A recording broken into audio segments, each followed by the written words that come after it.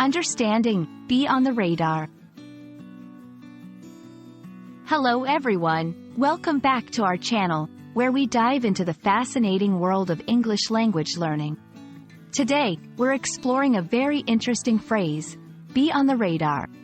This expression is quite popular in both casual and professional contexts, and understanding it can really help you navigate English conversations more effectively.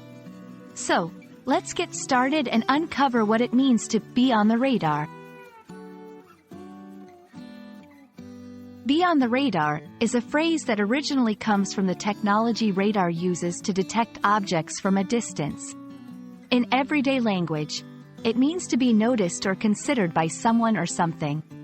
When something or someone is on the radar, it implies that they are gaining attention or becoming a subject of interest. This can be used in various contexts, from personal relationships to business and technology.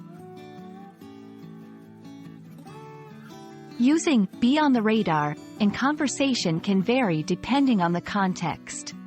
Here are a few examples to help you understand its use.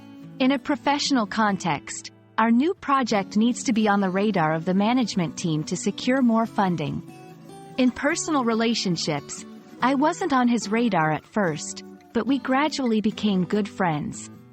Regarding trends or innovations, this new technology has been on the radar of major companies for a few months now.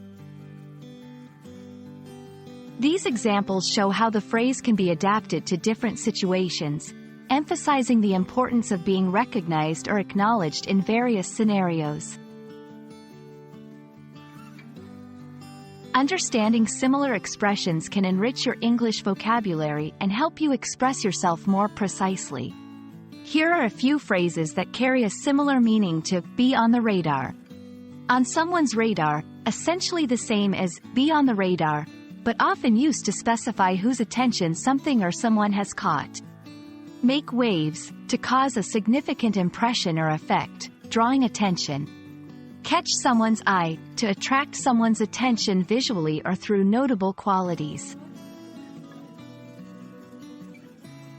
Be on the radar is a versatile phrase that can help you articulate the concept of gaining attention or being considered important in various contexts. Whether you're discussing business strategies, personal relationships, or new trends, knowing how to use this expression can enhance your communication skills significantly. We hope this video has shed some light on how to use be on the radar effectively in your conversations. Remember, learning English is a journey, and each new phrase you master brings you one step closer to fluency. Thank you for watching, and see you in our next video.